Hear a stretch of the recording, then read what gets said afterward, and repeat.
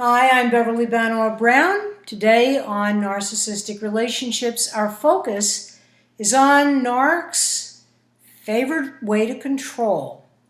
They have many ways to control. One of them is all or nothing thinking. Either black or white, in or out, I'm either all for it or I'm all against it. You're either with me or you're an enemy. Ever heard that kind of talk by somebody who you regard as a bit of an energy vampire, a control freak, a drama king, drama queen, somebody who has many narcissistic qualities? Well, that's not surprising, is it? When we know that they lack empathy, when we know that they have an underlying sense of deep insecurity and inadequacy, and that, as people do, when the world is a scary place to them, when they've received fundamental messages that have said, it's not okay to be, it's not safe to be you, and there's something inherently wrong with you, which then tends to make them grow up to be shame-based, guilt-ridden.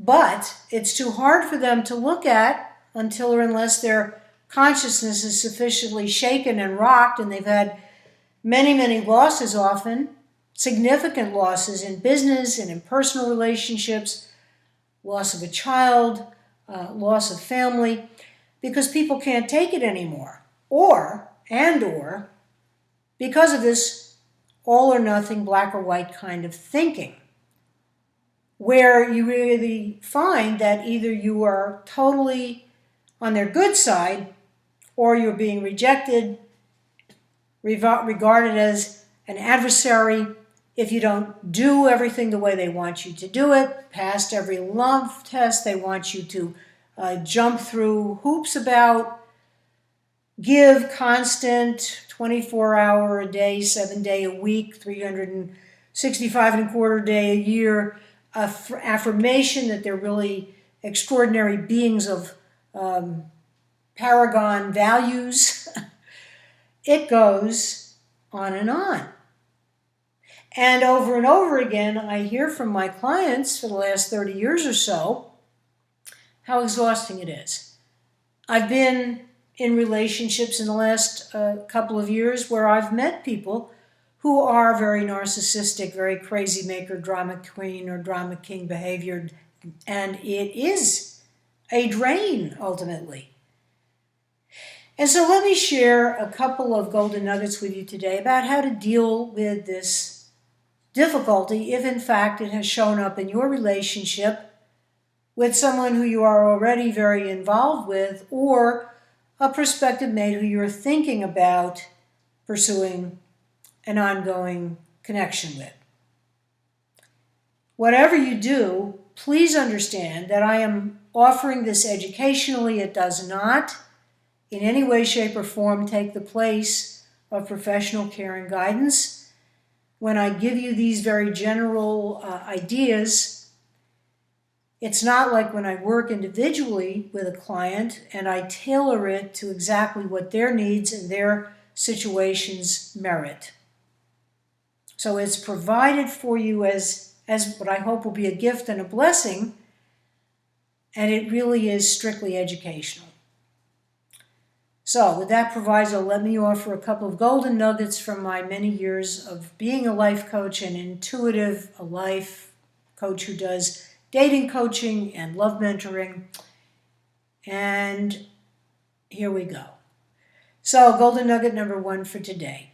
If you're dealing with somebody who's very either or, black or white, either they're for me or they're against me, either it's a fabulous restaurant or it's the worst place and the Department of Health should come and close them down, or they're arguing with you because they don't feel you've taken them seriously enough about something because they feel that if they think it's a terrific piece of art or a great concert or a fabulously incompetent politician or whatever subject comes up, you're wrong. And you're bad, because they do tend very often when they get into that mindset to lump everybody in with one big basket.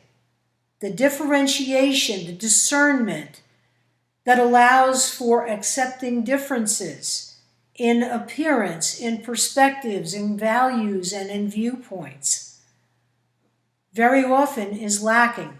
And that, I believe, is part of that whole conundrum of a lack of empathy, ability to put themselves in somebody else's perspective, in somebody else's shoes, so to speak.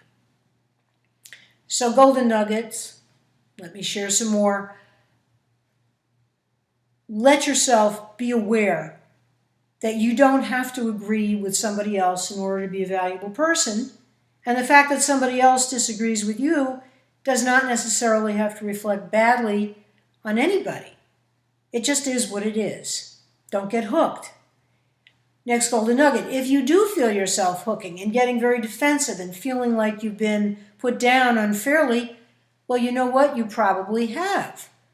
With a tone of voice, with an attitude, with your partner or your prospective partner's words, he or she is letting you know that this perspective you have is not valuable to him or her, is not valid somehow inherently because it doesn't jive with what he or she thinks. See the intolerance for what it is. Don't go into rose-colored glasses mode and say, oh, it doesn't matter. People can disagree and be peaceful. People can disagree vehemently, and yet there's a level of respect, there's a level of acceptance of differences that leads to a healthy conversation, a healthy interaction, and I believe you probably know the difference.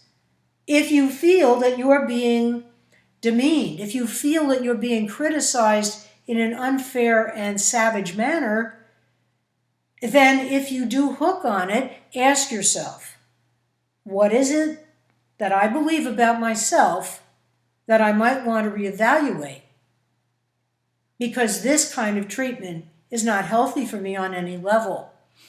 You might also ask, next golden nugget, if you are finding that you're hooking and you're really brooding about these interactions, or you're fearful in your conversations with this person about expressing your true feelings about anything from a painting to a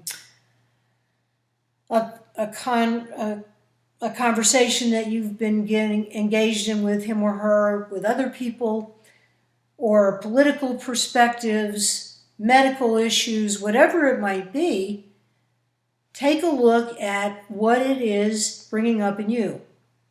Is this person reminding you of somebody who was very intolerant from earlier in your life? Perhaps a parent, perhaps a sibling, perhaps a grandparent, an aunt, an uncle, perhaps a close family friend, a clergy person, a teacher who made you feel that you were being singled out in some condescending way, disapproving of you ongoingly. There's usually a great gift for you when you realize that that's really part of what's occurring. And the last golden nugget I'd like to share with you today,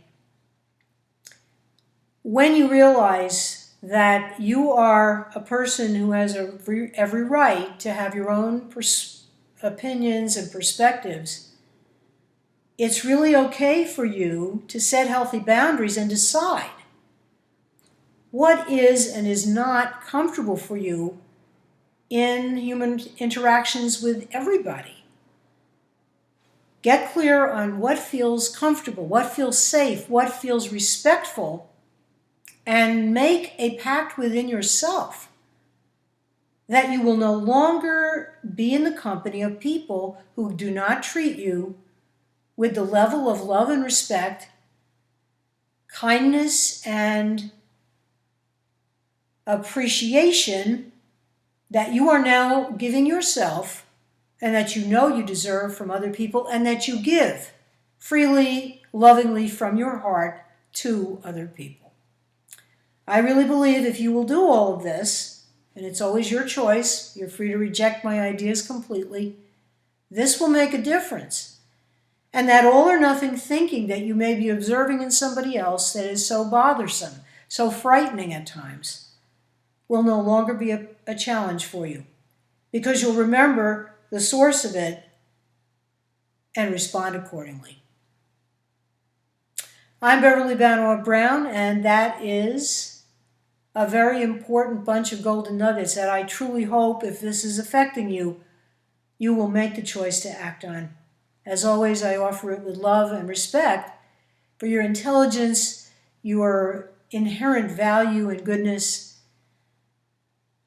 So until next time, bye for now, and many blessings for your very, very special and unique life.